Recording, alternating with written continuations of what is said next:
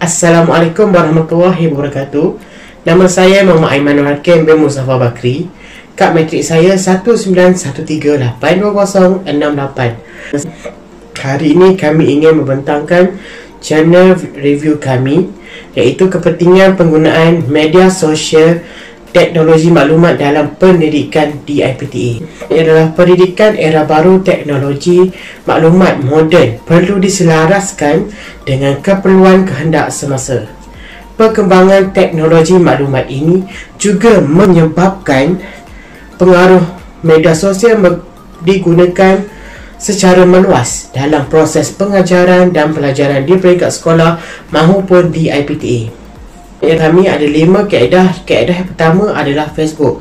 Facebook adalah sebagai media sosial yang popular di seluruh dunia untuk tujuan pendidikan. Dia mudah untuk mengenai isu semasa, pendidikan dan cepat diakses. Yang kedua adalah e-learning. E-learning merupakan kaedah PMP yang digunakan teknologi kini bagi meningkatkan tahap pendidikan di IPTA. Seperti contoh, saya sebagai student iaitu e-learning UNIMAC. Kami ada metod yang ketiga adalah streaming video. Pengajaran melalui streaming video kerana ia boleh dilaksanakan sama ada secara langsung ataupun secara rakaman. Seperti sekarang ini kita sebagai student kita belajar secara langsung lah, contohnya Google Meet, Skype. Ada juga pensyarah membuat secara rakaman untuk memberi pelajaran kepada studentnya. Yang keempat adalah laman web online. Laman web online ini adalah PMP yang berasaskan web, yang merupakan kaedah integrasi teknologi, maklumat dan komunikasi dalam sistem pendidikan. Contoh, kita ada portal UNIMAC dan Google Classroom. Kaedah yang terakhir iaitu adalah dari segi YouTube. Semua tu, YouTube adalah salah satu media sosial teknologi popular dalam kalangan masyarakat dan kini.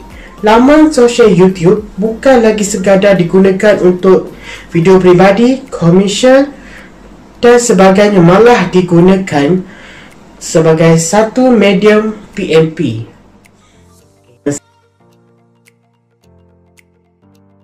Assalamualaikum warahmatullahi wabarakatuh dan salam sejahtera. Saya Muhammad Azwar bin Razilan. Saya akan menerangkan apa itu peranan teknologi dalam maklumat. Teknologi adalah satu alat peranti yang kian lama kian maju, malah bukan saja di Malaysia tapi di seluruh dunia.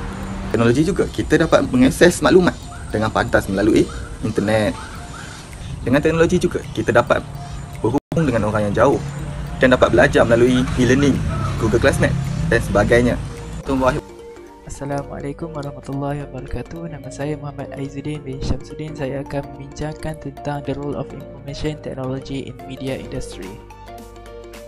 Hasil, kita dapat melihat bahawa teknologi baru menggantikan teknologi lama. Teknologi lama yang tidak digunakan lagi semestinya digantikan dengan teknologi baru. Kita dapat melihat bahawa teknologi membawa kepada komunikasi yang lebih mudah. Dahulu kita tahu bahawa cara untuk berkomunikasi adalah dengan menulis surat. Ianya mengambil masa yang lama untuk sampai ke penerima. Sekarang kita hanya menggunakan telefon pintar dan menghantar sistem pesanan ringkas. Ia lebih mudah dan cepat. Berita di media sosial adalah kadang-kadang tidak masuk akal. Kita tahu bahawa media sosial bukanlah tempat yang sesuai untuk kita menerima berita, kerana berita itu tidak semestinya betul. Perbincangan. Teknologi memudahkan kita berkomunikasi. Kita berkomunikasi menggunakan teknologi sekarang ini, sebagai contoh yang saya telah bagi tadi, dengan sistem pesanan ringkas dan sebagainya. Terdapat banyak platform untuk kita berkongsi dan mendapatkan maklumat. Dengan teknologi kita tersedia dengan pelbagai platform seperti teknologi e-book dan sebagainya. Perbualan juga dapat diadakan pada topik dalam komen yang sering terdapat di blog dan laman web. Terdapat Di blog-blog kita dapat lihat bahawa di bawahnya ada tempat yang boleh kita komen, dan kita boleh komen dan bincang pasal topik yang dibincangkan di dalam blog tersebut. Kesimpulannya, komputer akan disatukan ke dalam setiap masyarakat dan akan banyak membantu meningkatkan kualiti hidup. Media baru menerima manfaat yang paling banyak dalam perkembangan teknologi. Evolusi teknologi juga akan mewujudkan banyak peluang pekerjaan untuk orang ramai, kerana teknologi baru memerlukan tenaga-tenaga mahir untuk diselenggara. Sekian, Assalamualaikum warahmatullahi wabarakatuh.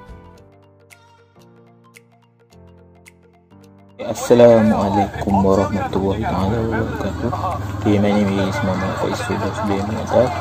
So today I will present and introduce to determining the effect of technology on children, which is by Cristiano Hatch. Okay, technology has been an important part of everyday life in all human. We get all sorts of news from various websites and digital newspapers. More than 500 million individual social networking to connect and stay in connect. There are many children also use digital communication to communicate in their daily life. So, with these technologies, they can stay connect with others, which make it easier for them to get the new information. Hi, Assalamualaikum. My name is Wan Zainul Arifin bin Wan Zainul Rashid. I would like to continue what my friend Faiz Firdaus, which will be reviewing the journal about determining the effect of technology on children, authored by Christina E. Hatch. Firstly, I would like to continue, which is literature theory concept mentioned by the journal. Firstly, according to Sherry Turk, a PhD at Massachusetts Institute of Technology, naming technology as either good or bad will not solve the issue. Second, American Psychological Association said, I tried to get across that computers are not good or bad, they're powerful. I think we're getting ourselves in a lot of trouble thinking there's an internet or web that has an impact on children.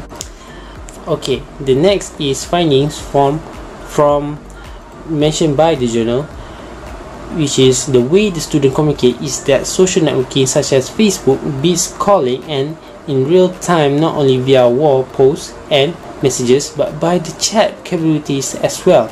It is becoming a preferred way to talk to friends. Okay, then now go on to the next point, which is solution, suggestion or recommendations mentioned by the journal. Firstly is parent control, explaining to children what technology they are using is and what the risks are that come along with it. Monitor what the children are doing when using the computer or the technology they are using. Second, moderation. In classroom, the type of technology implemented in the classroom should be carefully chosen and the time it is used should be closely monitored. Last point, on opinion on the issue and how it is related to any skill technology in communication view that we learn in class. In our opinion, this issue is related to the PUW 122 topic 5 technology in communication because it links to the IBC, which is internet based communication, and also the tools that is involved, which is computer, laptop, mobile devices and also internet. Thank you.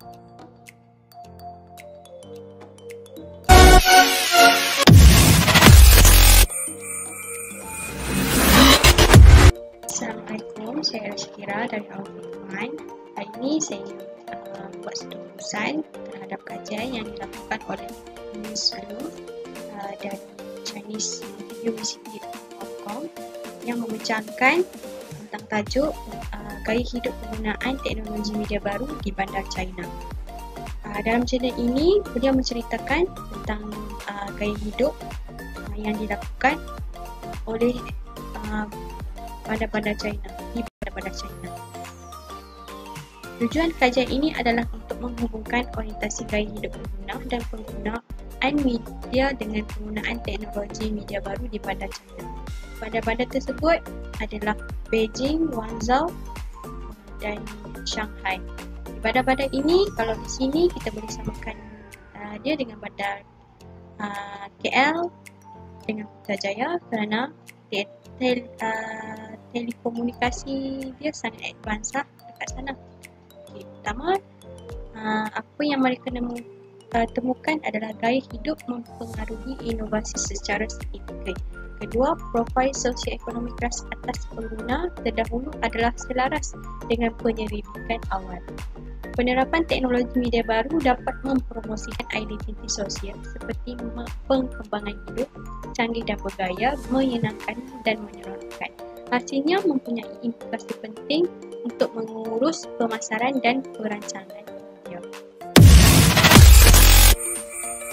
Assalamualaikum warahmatullahi wabarakatuh. Saya Nina Suhabi Azhar daripada Fakulti Teknologi Kejuruteraan Elektronik. Dalam video ini saya akan mengulas sedikit perkara genre yang telah saya kaji yang bertajuk gaya hidup dan penggunaan teknologi.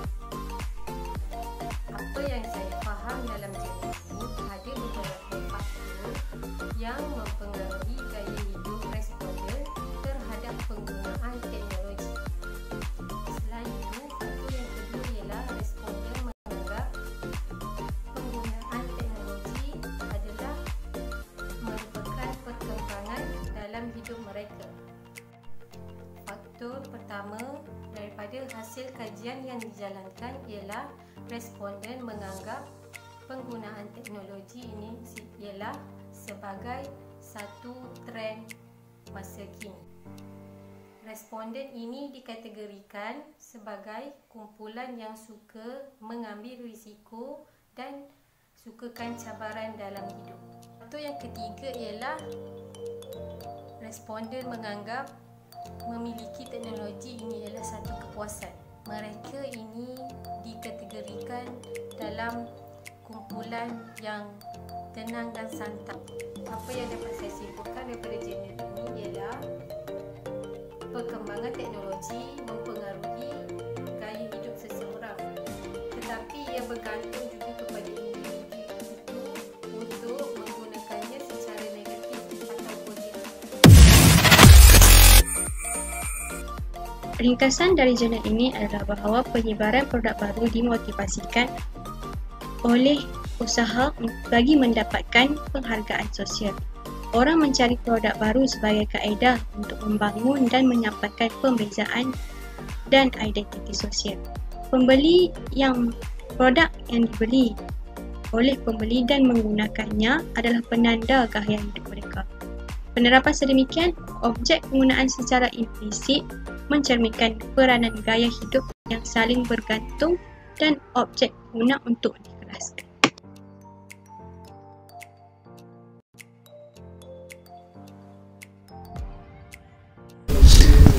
Assalamualaikum and hello guys, my name is Muhammad Ridwan bin Muhammad Rasti. I gonna discuss about my review on a journal named Online Meeting for Teachers and Parents. I will explain to you about the method and Shahmi will explain to you about the result on this study journal. As for the method, we have 5 methods, which is the first one is research design, and then the second one is the participant, the third one is instrument that they're gonna use, okay, and the fourth one is the procedure, and the last one is data analysis. As for the first one, the researcher give a survey as qualitative approach. Then the second one is participant. We have 3 participants in this research, which is the teacher, the parent of course, and the last one is the researcher. We go next to the instrument. Okay, as for the instrument, they use a software called Adobe Connect Online. This software have a feature of vocal and written form, so they can speak to each other, or they can use a chat to communicate. This software also have a feature on recording the meeting, which is the past meeting can be replayed. Okay, as for the procedure, first the researcher will select a school to conduct the study, and then they interview the teacher to organize the meeting, and will print a brochures to inform the teachers and parents that they choose about when or where the event will be conducted. Then the researcher will ask an opinion to the teacher and parent. Finally, the last one is data analysis. The data was analyzed using content analysis approach to determine teachers and parent view on this online meeting. That's all from me. Thank you very much. Assalamualaikum. Bye. Assalamualaikum dan selamat sejahtera. My name is Muhammad Syahmi bin Risham. I will talk about the finding of the online teacher parent meeting, about the research, about the carry out trial meeting about the system in order to inform the participant how to use the system. During this trial, we observed the teacher did not have a problem in the voice and image sharing, and easily learn to use the system. Since the computer teacher was able to use the system very easily, participant managed the system in the role of chairperson. The researcher participate in the meeting as an observer. It was observed during the meeting that both teacher and parent were eager and excited to participate. Throughout the meeting, it was observed that participants did not experience any problem related to internet connection. Parents and teachers also did not have any difficulty to logging into the system. The only problem observed was each parent taking the floor hesitate about whether the voice transmit to other person and feel the need to ask a question about this. Do you hear my voice? Is there any problem with my voice? I guess you hear my voice. In the final part, researcher asked question of the participant to determine their opinion about online teacher-parent meetings. Having experienced the system, Pastor answered the question sincerely. I really like the system. It's very useful. It's very beneficial for us to reach more and more parents. That's all from me. Thank you very much.